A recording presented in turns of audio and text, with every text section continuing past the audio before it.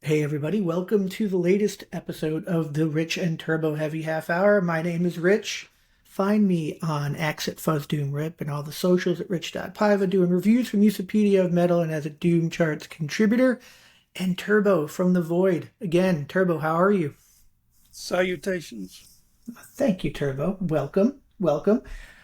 We have Christian Wright with us here from the Texas band Temptress, who had some very exciting news that was just announced on Facebook, and wanted to chat with him a little bit about the band and what's going on. Christian, how you doing? I'm doing well. Excellent. Thank you guys for your interest in our project. Absolutely. Turbo and I loved your record from 2023 called C. I can't believe there's actually still some vinyl that has not been sold. Yeah, we're right at the very end of that. We're likely going to reissue it over the course of the next few months. We're in talks with some people about doing that at the moment. Very cool. We love that record. And then there was an announcement, very cool announcement, that you guys signed to Blues Funeral. So how did that come about? Ripplefest last year. Actually, we played the Sunday at Sagebrush and walked off stage, and Jad was there and said, "Hey, I like you guys. Who's putting out your next record?" And I said, "We don't know yet. We just finished recording it." And he was like, "Oh, it's already recorded." And I said, "Yeah, we finished it right before that tour. We cut it with Kent Stump over in Dallas at Crystal Clear Studios and did a little a run up to Colorado and stuff and back to Texas. And yeah, it was totally organic. It was kind of like how C was the same way. We'd met that guy in San Antonio was just at one of our shows, caught us live one time selling merch and like, "Hey, I want to put out your record." And we totally forgot about him until we were looking to shop it. We're like, "What about that guy in San Antonio?"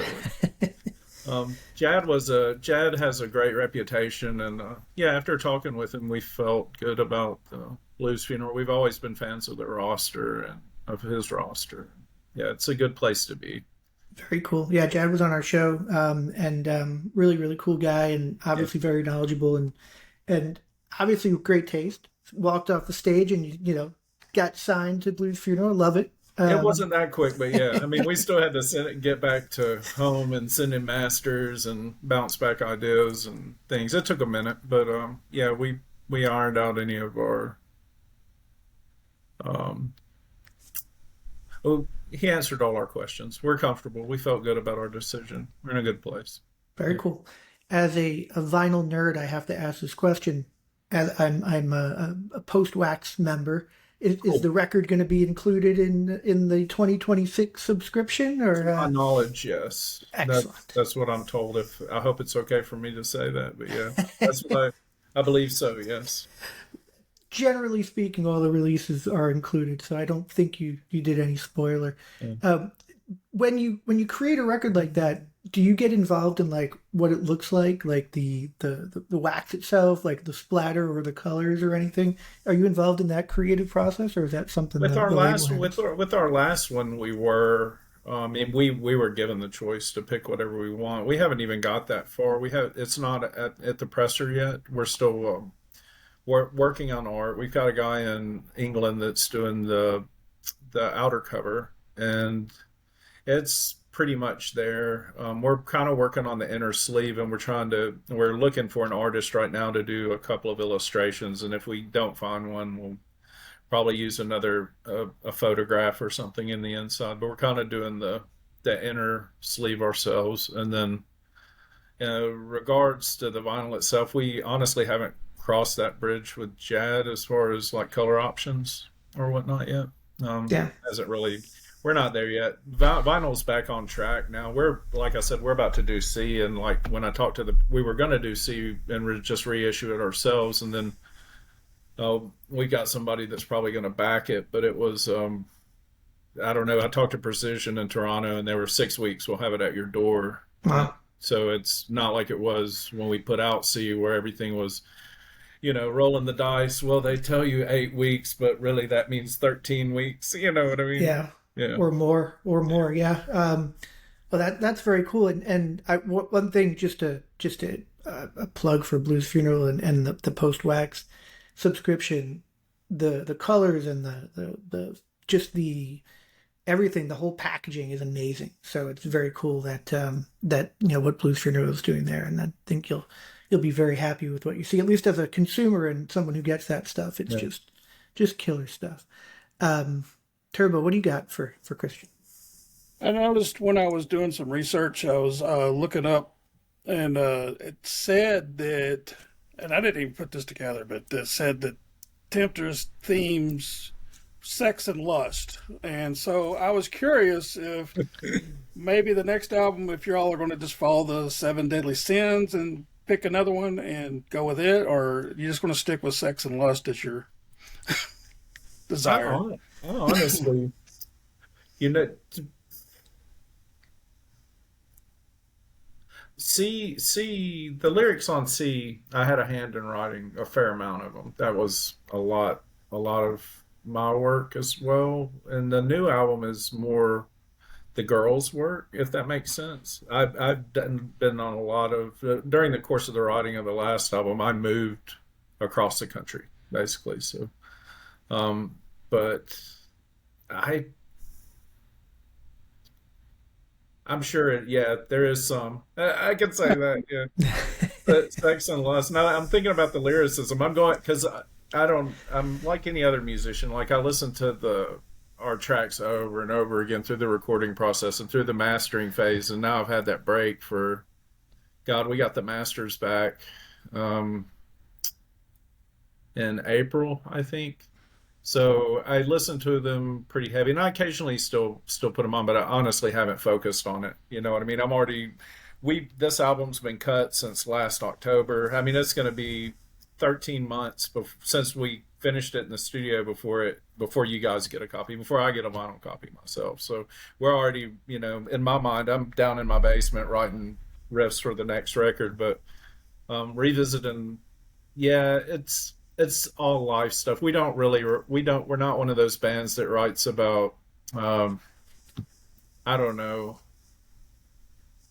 fantasy or lore or anything. It's real day to day issues and stuff, heartbreak and death and yeah, you I know. was kind of surprised when I saw that. I was like, man, I've listened to that album a lot. I don't really recall it being the theme being overtly sex and lust, but Yeah, I don't either. I mean, the opening track, "Death Comes Around," I wrote that song in about 2015 on an acoustic guitar, and I used to busk with it in Deep Ellum and make money. Like I'd go down there and play acoustic guitar and sing that on the corner and make $100 and go spend it at where Andy used to bartend on booze back when I drank. I don't drink very much anymore, but in 2015, people are like, "How did y'all meet?" And it was like Andy was my at the time was my local bartender. She was the yeah.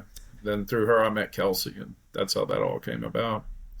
Very cool. Yeah. And I think to me when the record C came out, it had the vibe of and some of the press material was like three veteran musicians come together to form, a band.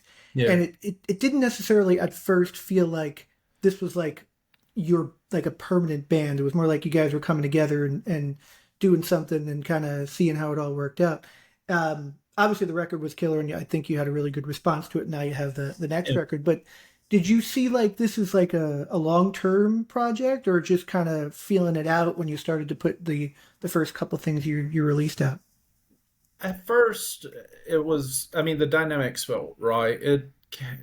Originally, I was in a place, I was actually playing in a folk punk band that had fallen apart, and then or I left the band pretty much. And then the girls were in Tri County Terror, and that kind of disbanded. And then Andy was my local bartender, and I was like, "Hey, you want to get together and jam?" And we played a couple of times, and it was really heavy. I listened to a lot of post metal at the time, so it was really like Black Cobra, screamo. I was playing like tuned to be guitars, heavy shit. And then I remember calling her one day. I think it was my birthday weekend in 2019, and I was like, "Hey, what are you doing? Let's get together Sunday and jam. She's like, remember my guitar player, Kelsey? And I said, yeah. And she's like, I'm playing with her Sunday over at her place. You have a bass, don't you? And I said, yeah, I've got a bass. And she's like, well, I've got it. She's got an amp. Bring it over. And it was totally organic. I got in the living room with those two and just started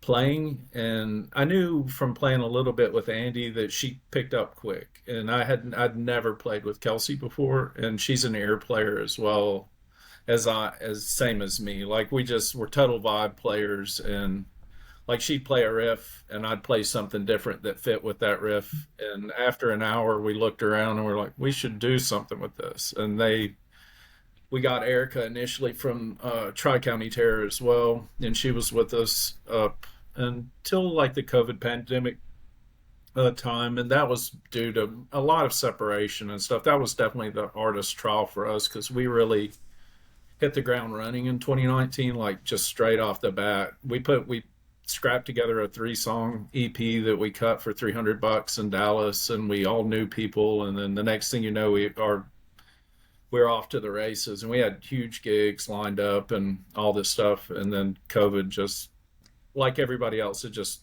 threw that all in the trash. So we were like a new band after COVID. Our first tour, the weirdest thing about that was our first show we did was a show in Austin right after COVID, and we all agreed to wait till we were double vaxxed or whatever before we went and gigged again. And it was in Austin, and I hadn't toured in so long. I didn't pack any clothes, and I'm not a dude that like I pack clothes, but I'm not a guy that like, I guess it's just my aesthetic or whatever. I don't wear shorts on stage. I just don't. I'm always, it could be 1,000 degrees, I'm going to be in long pants. That's just who I am. That's who I've been since I was like 25. I used to play in hardcore bands and I wasn't that guy, but that particular show, like, I didn't pack anything but one pair of gym shorts, and we were out for like 4 days on the weekend, and I had like my sleeping gym shorts, and I'm playing a show, and we had all these photographers and shit there to like take pictures, and I was like, this sucks, because we needed content. You know, it'd been a year with COVID, and God bless Andy, man. She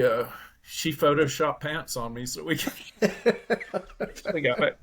So if you see any pictures of Temptress at the Swan Dive summer of 2021, I guess, or 22. Yeah, it was one of Ryan's gigs. We played with Holy Death Trio and Cortege and some other bands back then. But yeah, all the pictures of me with pants, they're not pants. That's Andy's Photoshop work. But I don't know how I got over there, but yeah, that's how it kind of started. But we went through a hell of a time in COVID though, and yeah, and then we came back out and regrouped. Yeah, and we wrote most of C during COVID. The only songs prior to that were written was probably the opening track, Death Comes Around. And we probably worked on some more prior to that, but a lot of that record was written during that year and a half of downtime right there. Awesome. So your guitarist has been keeping busy. She's in Slumbering Sun, correct? Yeah. And that record is getting a ton of really good and positive feedback and attention there too. So have you been working on anything else outside of Temptress, or has been your main focus? It's my main focus. So I've got a lot of time in it, and being, now that it's a side project, but yeah, I'm staying busy myself. I've got a passion project that I've wanted to do for a long time, is writing an acoustic album, more like almost like a folk punk album, something like Tim Berry, Chuck Reagan type music stuff.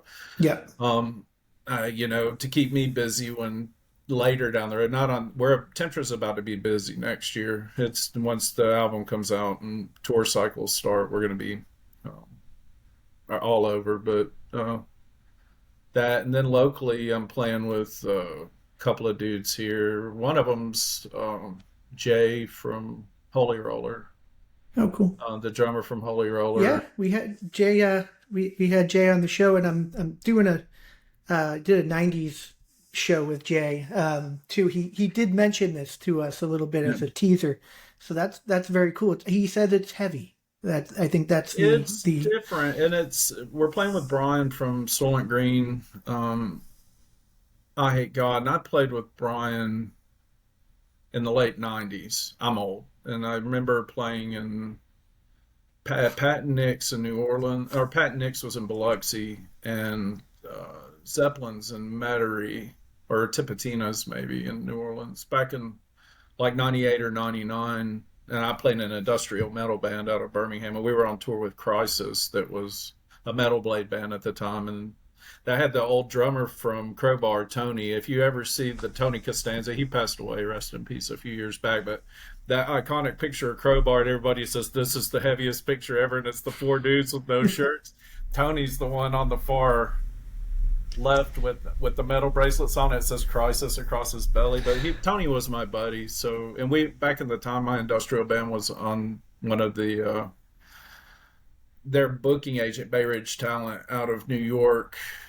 We used to book a bunch of shows for them in Birmingham, and they helped us out on those shows back then. But I had met Brian when we were way young, and we were both drinking heavy. We were at a different time, 20s, idiots. And because of social media, I think it was Christian from Horrors made a post about, I wanted to start a side project like this. And then Brian chimed in and he's like, yeah, I need to do something up here locally by me in Greensboro. And I was like, fuck, I moved to Asheboro. I texted Brian. I was like, I think I messaged. I was like, I might be keen for this. And then like he messaged me back. He's like, I thought you were in Dallas. I was like, I am in Dallas, but I'm moving to North Carolina next month. And then I moved over, and about a month later, we've been playing together now, about me and Brian, about a year. And we've been playing with Jay since I moved to Greensboro. I was in Asheboro rent, and now I bought a house up here in Greensboro, and we're about 6 months in with Jay. Yeah. Is there a name for the project yet? No, nothing we're yet. going low and slow, and just this is totally organic. We don't know what we're doing. We don't have any vocals yet. It's like, it's just heavy and it's good, and it's yeah, it's different than anything I've ever done. And I started out playing 3-chord punk rock in high school, and then I played hardcore music and industrial music, and then, you know what I mean? And then here I am, folk punk for a while. And then whatever Temptress is, doom, stoner, rock, whatever. Yeah. And Because you went there, and Turbo, forgive me, you mentioned Tim Barry and you mentioned Chuck Reagan and Hot Water Music and my wheelhouse. Love that stuff. And this podcast is mostly about stoner doom and stuff. But oh yeah. Turbo loves when I go down the hardcore path, and I'm being very sarcastic when I say that. But are you a fan of I know that they're acoustic kind of folk punky stuff, but are you a fan of Veil and Hot Water Music too, or do you like? Oh, I love Veil. Yeah. What's your favorite Veil record? I still see Eric as much as like Eric Larson is one of my favorite drummers to watch live. He probably has never watched this, but Eric knows I love him. Like any chance I have to go see Eric, I always will. And Veil, yeah, I grew up in Birmingham, Alabama, and that was like one of their. Everybody played there. I remember seeing Neurosis and playing in a deli in Birmingham with Buzz Oven in the '90s. You know what I mean? That's awesome. Birmingham was a stop off for all those guys. And yeah, I'm a huge Avell fan. I caught him at Furnace Fest a few years back, and I've made that. At this point in my life, I've been to every Furnace Fest that there ever was, including the original ones back in the day and all the new ones. And I'm probably going to go this year. I'm not quite certain, but it's messed up because I'm going to Texas for a gig next in September, and it falls the weekend after. So, and I've already got a pass. My buddy's working. He's like, I've got you a crew pass. And I'm like, man, I wasn't going to do it because I'm like, I need to go home. And then it's like, it's on the way home. I'm probably going to drop straight to Furnace Fest. Avell's not playing this year, but I did catch them year before last. They played Furnace Fest, which it was great. And I hadn't seen them in God, probably a decade since then. I think last time was in Atlanta years ago.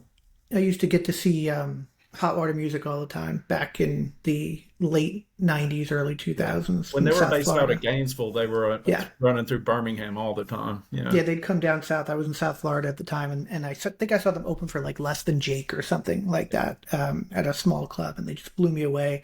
I saw them at like a like in a strip mall, and a very young Newfound Glory opened up for them. Like, nobody knew who they were because they were from Boca. So, yeah, okay, Turbo, I'm sorry. We're done with our Sorry, man. hardcore and punk discussion. Bringing it back in. You're up. You're up. Yeah. Y'all, y'all just did a spring tour, right? Yeah, we did a run up to Canada. We've been trying to get up there forever, and we finally made that run, and it was epic for in my mind. Yeah, it was good. I was going to ask you, how was it, the scene going for you, and was it well received? And In Canada, yeah. I mean, those shows were hit and miss. I think it was 13 or 14-day run, and from what I remember, there was only 3 or 4 repeat markets, but we knew that those markets were good for us historically speaking, like Pittsburgh. I love Pittsburgh. Pittsburgh is good for us. Beautiful city, great scene. And then we took a gamble on some spots that I'm not going to mention, throw anybody under the bus because some were like Tuesday nights and we had never been there. But yeah, we came back out of Canada. I'll just put it that way. We came back out of Canada after 3 really dope shows and then rolled right into like one of those what are we doing with our life moments, which everybody has them, but it's like a Tuesday night in small town America and you're like, oh dear Lord, what are we I don't know. If I No, remember correctly, you played. There was a show. I think you were playing like in the west coast, like the southern west coast of Florida. And I thought about it for a minute when I was living down there, but it was like Naples or Fort Myers. I think you guys were hitting up. what, So I'm hoping that we get to see you more on the central area of you'll Florida. see us early next year. I'll just leave it at that. Well, that's in the works right now. Excellent, But yeah, excellent. we're planning to get back down there. Florida's, especially South Florida, is really good for us. I grew up playing North Florida a lot, being from Alabama, like Pensacola, back when Sluggos was open, was a spot. And I used to play Cow House in Tallahassee, and I never really went down there. And now that I have, like Orlando and Miami are incredible. I mean, we have really good shows down there, and I like Tampa a lot. We messed up last time in Tampa, and I'm not sure where you're located, but we played the weekend of we were in Tampa at this great venue. I think it started with the C, the Orpheum's what it was, but great venue, and we got there in beautiful room. And everybody was dressed like pirates out on the street that night. And I was like, what's going on here? And I walk into the owner's there. He's like, man, you guys should have played any other time. But now, and it's like some pirate festival y'all have Yeah, where they like stab the mayor and throw him off a pirate ship. And that's yeah. the night we played down there. It's like the whole town's at the harbor. And we're sitting out there with Dead Register with like 20 people in a 500 cap room going, but the owner was a sweetheart. We got an open invite to come back whenever we want. We will. And we're not from there. We don't know when you guys are throwing mayors off boats in harbor or what. I mean, it's Florida, so it kind of happens a I lot. would have taken the You night know, off and gone to see that myself. I'm in Melbourne, so an Orlando show would be Yeah, perfect I love if Will's Pub. Will's yeah. Pub's like home too. It's a great place. Yeah, there's another place called the Conduit, and going to see Truck Fighters there in a couple of weeks. Truck Fighters and Restless Spirit, and Oh, that's cool. Who yeah. does So who do you know? You don't know who the promoter of that venue is, do you? I'll find out because I was talking to them about with talking to another band about them. We were trying to figure out who the openers were, so We I'll get with you on that. we have historically used Indoxa for Orlando and Tampa, and they've been a really good company to work for, and they do a lot in Florida, but I don't know if they do that venue or not. I know Will's has been really good though. Yeah, it's I drove past Will's the other day, and it's such a unassuming place in a very kind of random part of the street. You look at Yeah, there it is, and yeah, I hope to be able to see you guys there next year. yeah, Hopefully, we can make that happen. yeah. Um, Kent Stump, you work with him again on the new record. Is We that did. Yeah. okay? How's that? How's working with him? I love working with Kent. It's like he's like family at this point. Temptress had played a couple of shows with them our first year, and we didn't record our first little 3 song EP with them, but yeah, it's just comfortable. I mean, I feel like I could just roll in his studio in my pajamas, sleeping there kind of stuff. No pants needed. No, he's the easiest guy in the world to work with, and he's of course he's got a good ear. And yeah, I like cutting stuff there. I'm not certain now.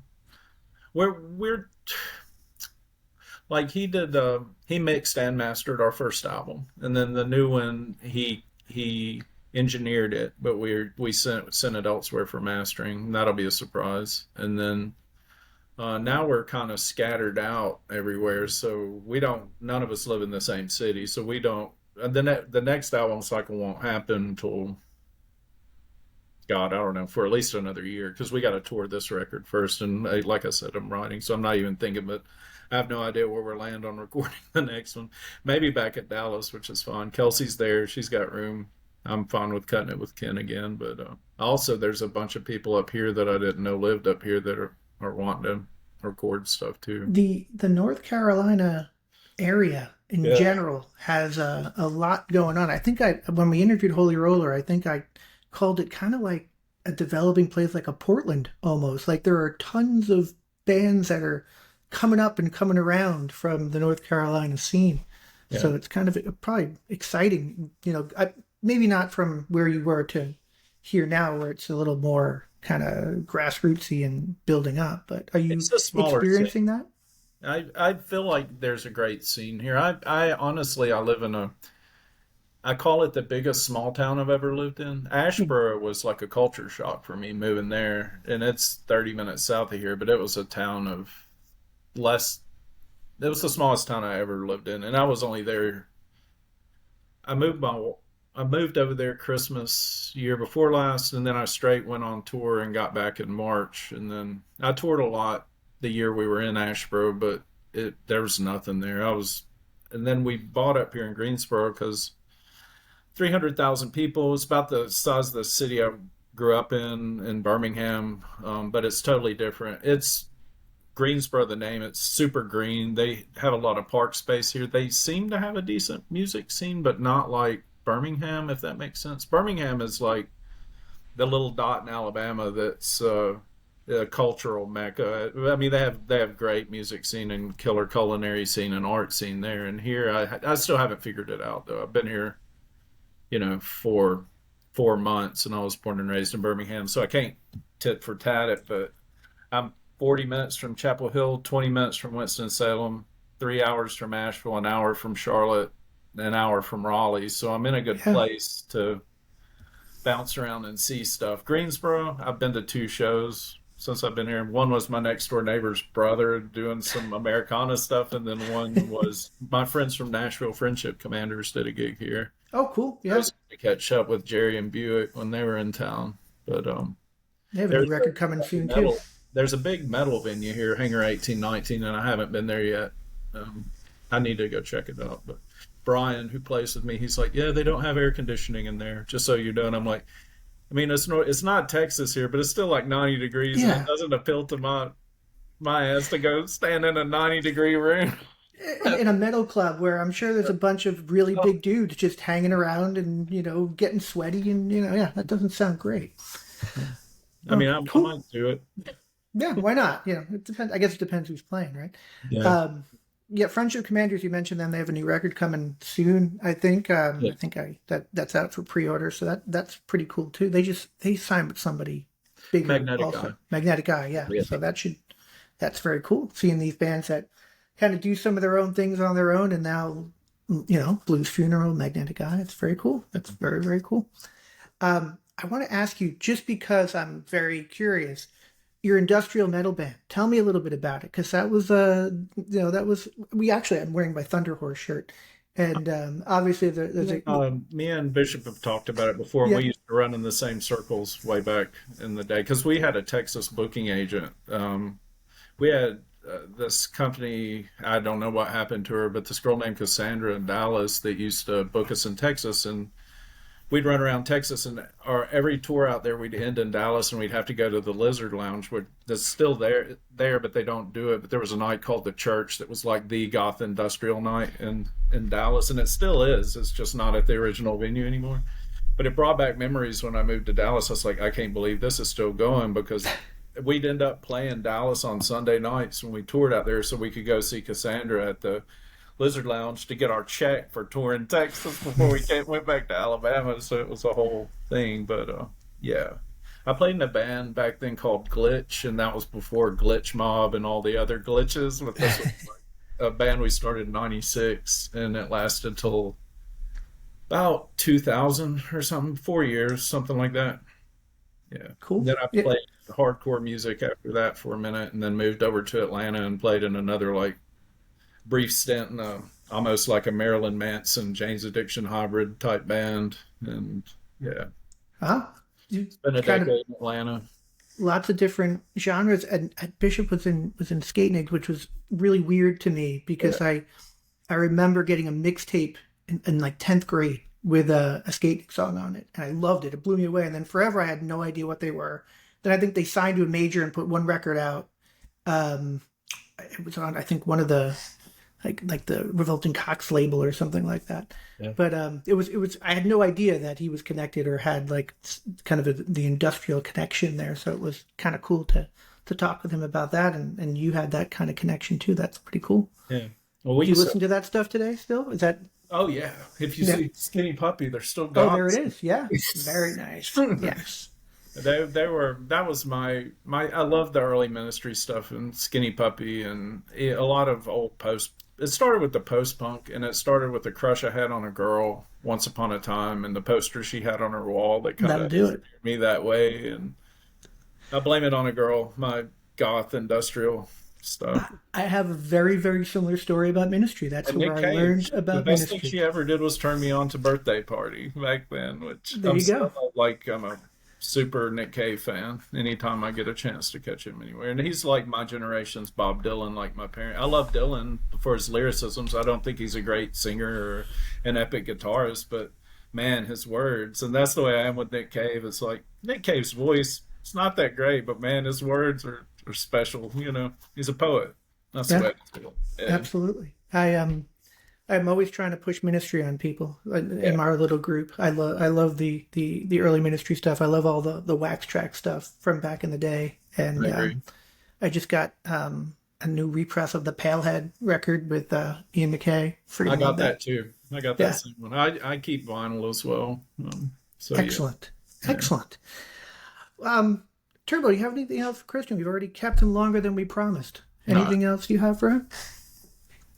No, I think he's touched. I was going to ask him as far as one, you played bass on this in this band. You've done a lot of different stuff in a lot of different other bands. Have you always gravitated towards bass, or you play guitar? And then I was going to I ask you about play. your influences, but I think you covered. There's a. I had a bass. I only owned a bass originally. My bass player in my second band ever, when I was a senior in high school, never drank. He wasn't a drinker, and he basically was driving a friend of ours home that was drinking and got hit by a drunk driver and passed away when we were very young. And then a friend of mine, a mutual friend of ours, had bought one of his basses once upon a time. He was in a hard place and he pawned it in Birmingham. And then he called me. He's like, "I'm going to lose Mike's bass to pawn. Will you go get it back?" And I said, "Of course." And I went and got it back. And then later on, he had the money. He wanted the bass back, but he wasn't clean. And I said, "Are you clean?" And I was like, "I'll sell it back to you when you're clean." And then he never got clean. And then that ended up killing him. So I had Mike's bass. And then I was a guitar player. My granddad passed away when I was young. My family didn't have a lot of money, if you know what I mean. And then Granny was like, "You're the oldest grandson. Do you want Big Daddy's guitar?" And I said, "Yeah." And started in my bedroom playing like Smoke on the Water at 13 or whatever. By the time I was 16, I was playing, you know, keg parties in high school back in, 1988, you know, that type stuff with my granddad's guitar, and never played bass in a band until 2017. And that was a fill-in gig for some friends of mine, Hexus out of Birmingham. They're like post-metal, super heavy sludge. And I did a couple of tours and a one-off show for them. I met Damon Caraway in Austin on that thing because they had a gig at one of his festivals down there, and they're like, "Hey, will you come out and play bass at this fest?" And I said, "Yeah." And then they called me back, "Will you do this tour?" And I said, "Yeah." And then I did another tour with them, and then I was back to playing guitar. And then like what I said with Kelsey, like I was playing guitar with Andy, and then it was like bring your bass. I don't really care. I gravitate more for guitar because I played it since I was a kid till forever, and I have like 20 of them in my house, and own like three basses, and one of them's my dead friend's bass that'll never leave the house. It's kind of that shit. So, but I don't care, man. I just like to play. Everybody has to have an outlet, I feel like, in life, or you end up finding the wrong thing. Like people run marathons, they, whatever, compete, do whatever they do to get it out. And that's kind of my thing, is a release. Like if I go downstairs even by myself and I crank my amp up and I just scream in a microphone in my little studio in the basement, then I'm like, you know what I mean? I can breathe again. And so I'm not out killing anybody, and I'm not out drinking a bottle of Jack Daniels or doing stupid shit. It keeps me grounded. And since I was 16, that's been kind of my release. And I have walked away from it like a couple of times in my life, trying to be a grown up. I remember in my early 20s, I went through a brief stint. It's like listening to my granddad and my dad being like, you need to get a real job and buy a house and do this and do that. And then I was like, my dad passed away young. When my dad passed away, I was like, Dad always said, when I retire, I want to do this and I want to do that and I want to do this and I want to do that. And he never got there. And then I was like, when I was 26 and he passed, I was like, I don't know how my life's going to play out. I'm going to do what makes me happy. And I thought about that for a minute, and it makes me happy. It also makes me sad. It makes me emotional playing music, but it gives me that release. And I didn't want to wait till I retired or died to look back and regret it. So I just don't know how to quit at this point. Like, really. I mean, no matter what happens. That's why I'm recording an acoustic album, to keep me busy in the in-between times. It's like, I'm going to do this, and then I'm going to go out and play coffee shops when Slumbering Sun's out in our things or whatever. I'm going to stay busy. It don't matter. I gotta have my release. Not everybody finds it. Not everybody finds like that thing that makes them, grounded or feel better, or, kind of push away some of the demons. So it's very cool that you're able to find that and do it. That's very, very cool stuff. So thank you, Christian, for joining. This was awesome. Thank you so much. Super excited about the record that's coming out on Blues Funeral. Appreciate that. We're looking at early 2026, probably, would you say? It's coming early 26, first quarter. Excellent. Will you guys come on the show and talk about it when we're getting closer? I'm sure they would love to. Yeah, I'd love to do it again, I'm sure. Yeah. Excellent. Thank you so much. Yeah. Christian Wright from Temptress. Go on their Bandcamp page. There are still 6 remaining of the original first press of their record C from 2023. Yeah, and I already called Metal Assault and tapped them for any, and he's like, no, we don't have any. So that's it. So go buy this and then let it be repressed, and you can have the first pressing of this record. Thank you so much, Christian. We will talk again very soon. Congratulations on signing with Blues Funeral. And can't wait to have it come back. Can't wait to hear the new music. Oh, yeah. Appreciate you guys. No problem. Thank you. Thanks, man.